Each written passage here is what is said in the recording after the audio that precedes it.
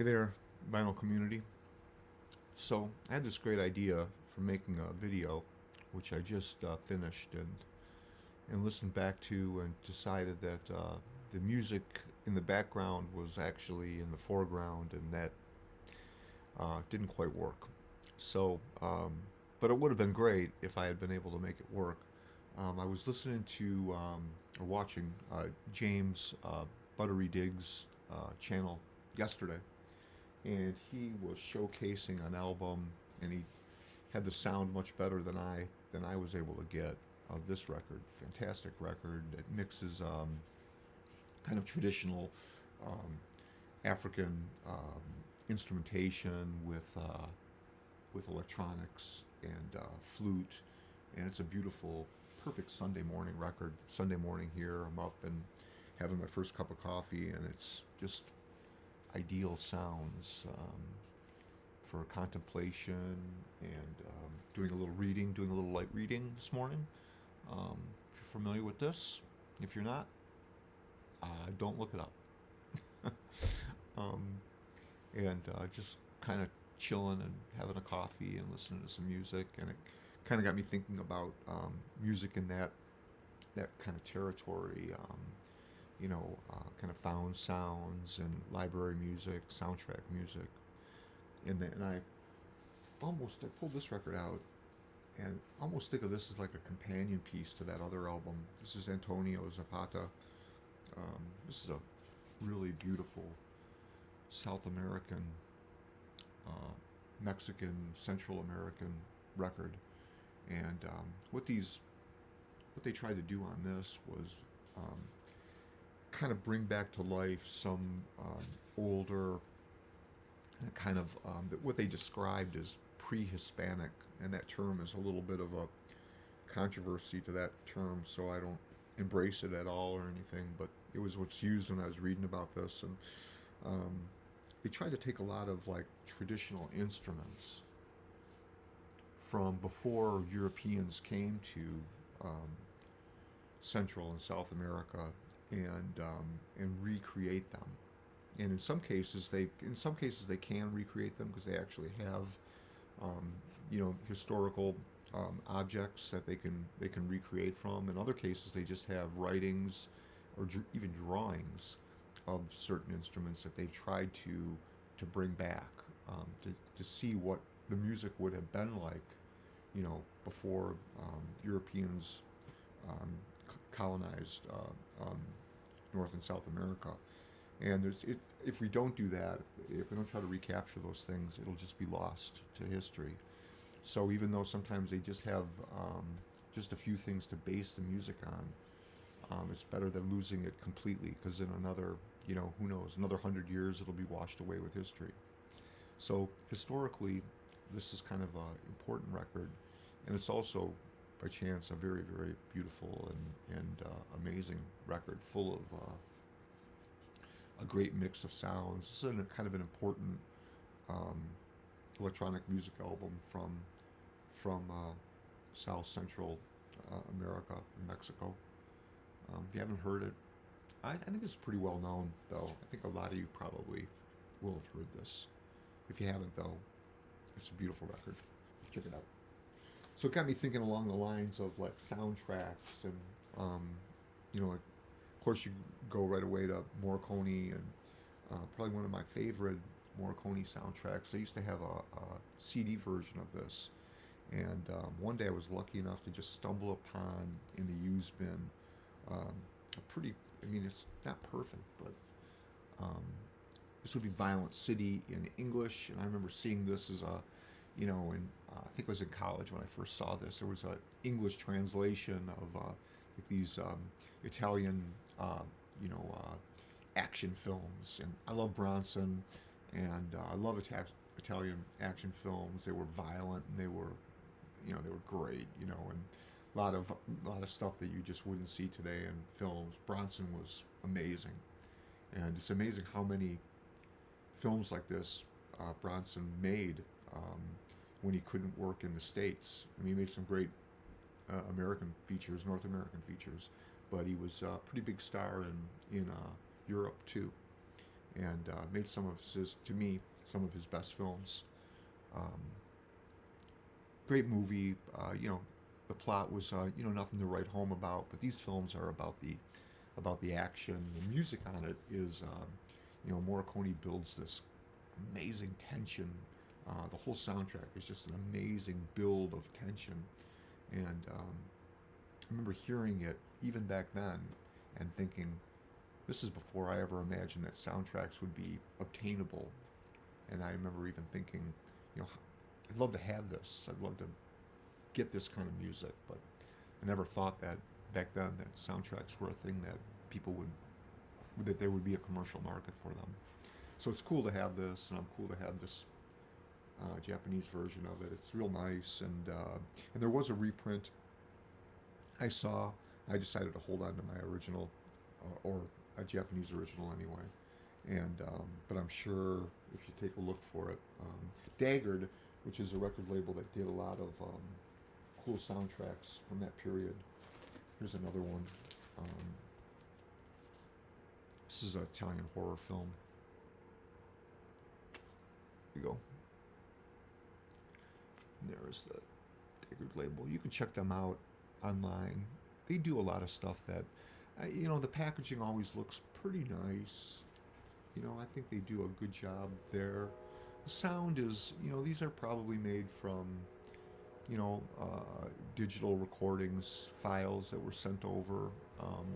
They're nothing to write home about.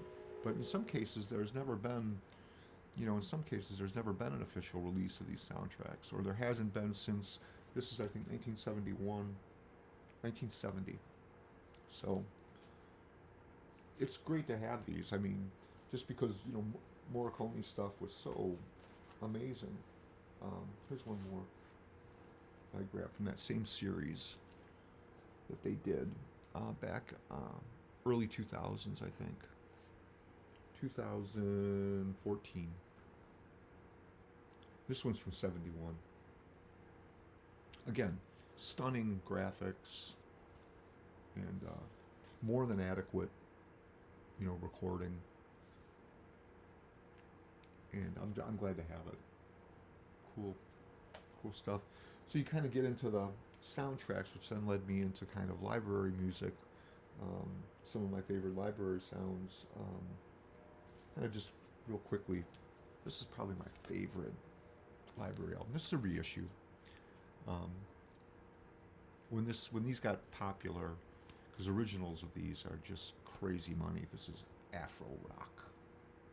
And this is cool, funky, European funk, at its finest. And the whole thing sounds great. The musicians that they used for these, and if you're not familiar with library music, I should say, if you're not familiar with it, these are recordings that were never meant to be commercially available. They were used for TV commercials and for filling in bits of news clips, and they made them all these different sounds. And some of them were just, most of them are, you might be lucky if you find a track or two on there that's really cool. And some of them became really well known because the commercials became really well known. And other ones just kind of sat on a shelf and never got any play anywhere. This one is one where I think that the whole album, you can listen to it. It's groovy, funky, good stuff. And they give you a little description of like each track. It's remarks, repetitive, forceful riff. They kind of fill in little parts of it with these 70s like hard rock guitar riffs. Medium tempo, repetitive, dramatic underscore. Flowering guitar lines with funky rhythms. Confident movement of Afro percussions. Yeah, it's groovy. John Cameron did the most of them, at least on side. I should say on side. No, on both sides. It was cool recording. If you come by these, or if you want to, probably have to seek them out. Some of them are still available, I think, and some of them aren't. The originals, if you want to go in that route, you're going to pay a lot of money. And I'm sure it's cool to have them. I would love to have originals of these. It's just not possible right now. But who knows, maybe one day. And there's a couple. There's kind of a famous one. This is the last one I bought. Feelings. This was the cover makes to me looks like a 70's soft rock hits. It's got that strange aspect to it. Feelings. It sounds like a John Denver song. But in truth, this is a kind of groovy, funky, cinematic sounds. Good soundtrack stuff. Great record.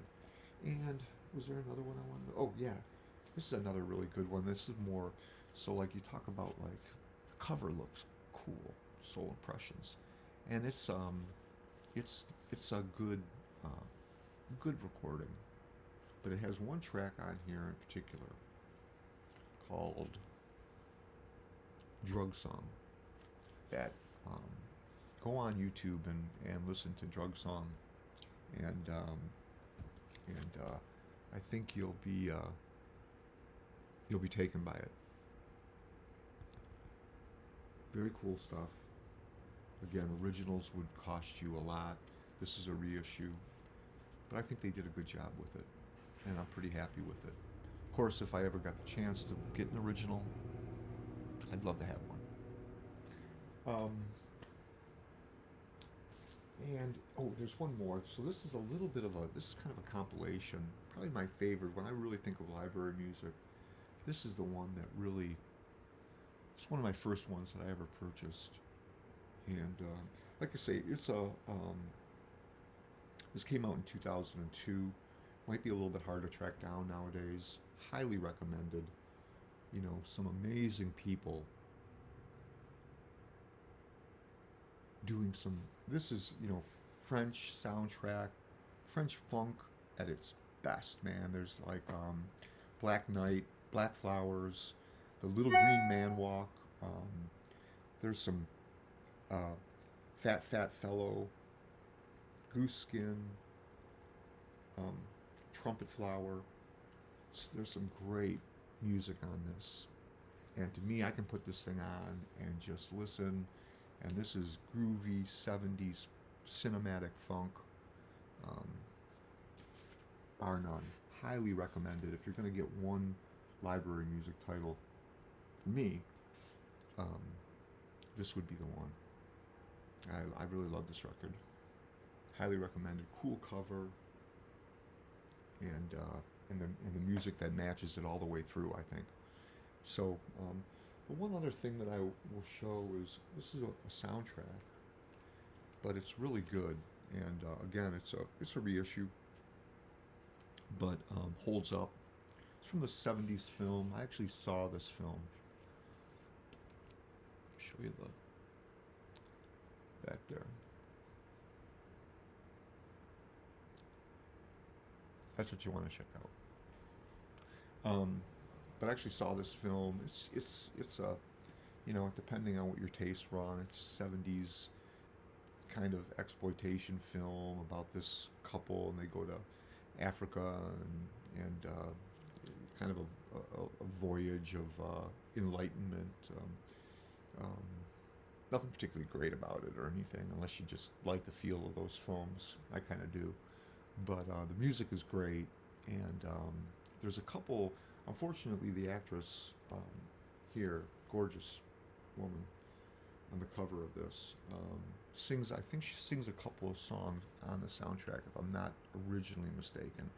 They're not on here, and it would have been cool to have that. I guess it doesn't really fit. There are probably some licensing issues and things like that. It would have been cool to have those tagged on as some sort of bonus, but that's the way it is. Anyway, another record to track down if you're inclined to hear some cool, groovy soundtrack music. Oh, while I'm thinking of it, let me show you one more. It's a soundtrack. It doesn't really fit in with the rest of those. This is a British horror film. I guess you call it a horror film.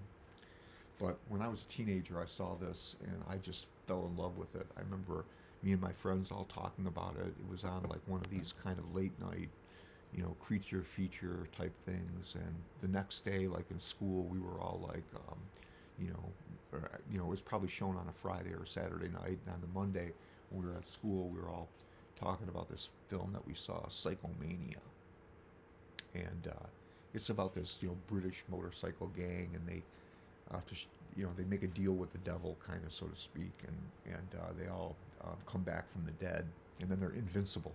They can't be killed, and they go around to terrorize the local community, which at the time was just an appealing topic to me. But the music on it is pretty cool, kind of 70's. It kind of mixes a kind of hard rock sound. It's very repetitive in a way, but also there's definitely a vibe about it, kind of a sinister, um, vibe that goes along with the topic. Ultimately, if you've seen this film, it's kind of a silly film, but it does have a certain teenage gangster appeal to me, and I'm glad I was able to get this. Plus, it's on this great label that is worth supporting. This is Eddie Trunk's label, and Trunk tries to bring out some recordings that otherwise would never get a chance to see the light of day. And I think this is one he did a pretty good job on it. It's not a great package, it's pretty flimsy. I'm just glad to see this title out there, and I don't know if it's still available or not. But anyway, a few soundtracks, a few library soundtracks, and thanks for watching, and we'll catch you next time. Thanks.